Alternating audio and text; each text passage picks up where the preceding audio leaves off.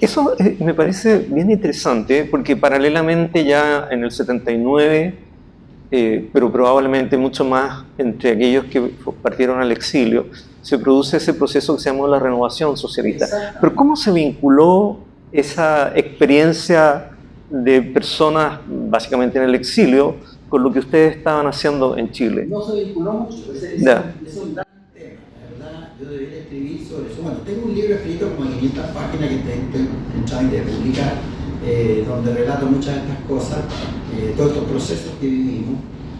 Pero precisamente ese es todo un fenómeno, porque inclusive hasta que yo leí esta tesis de este cabro, para mí todos menores de 40 son cabros, esta tesis a mí me hizo ver algo que curiosamente, con todo el análisis que uno le pone todo lo demás, yo nunca había visto como exactamente así, pero lo que habla es que en el proceso de reconstrucción que nosotros hicimos del Partido Socialista no solo reconstruimos lo que había, sino que en la práctica construimos un nuevo Partido Socialista, en el sentido que era un partido mucho más homogéneo, con 5 cuestiones tendenciales, por lo menos hasta el 83-84, un partido muy disciplinado, como muy coherente, ¿no? Partido reflexivo, porque además nosotros, es decir, tuvimos nuestro proceso. Lo que pasa es que la renovación socialista tuvo dos caminos: el camino que hicimos los que estuvimos acá en la clandestinidad y el camino que hicieron los compañeros que se fueron al exilio, con una diferencia dramática, que fue que ellos,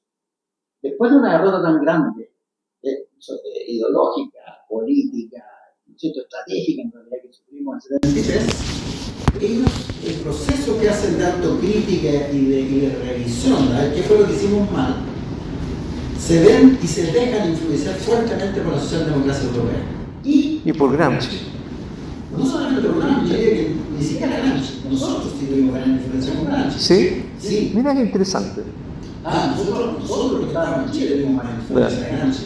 Ellos tuvieron influencia derechamente de la socialdemocracia y del eurocomunismo.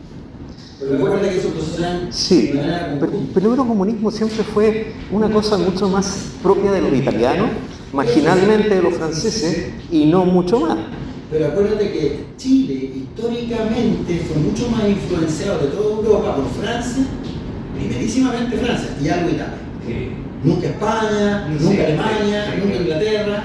Nuestros referentes de la época incluso de las oligarquías que se iban para allá, a pasar 6 meses del año allá y después iban acá, eran esos dos países. Sí, claro. Era Francia, era Francia, algo de Italia.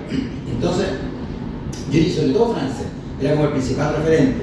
Y nuestros socialistas en el exilio se vieron fuertemente influenciados por eso. Y me consta porque yo en ese periodo de la clandestinidad, yo como hablaba inglés y como además viajaba mucho, porque estaba en Naciones Unidas, a mí me mandaban a reuniones y cosas, y yo hacía, cada vez que me iba para afuera, alguna de esas cosas, me iba a Berlín, tenía reuniones con los compañeros de afuera, era parte de la dirección clandestina acá, era como una especie de nexo con los socialistas en el exilio.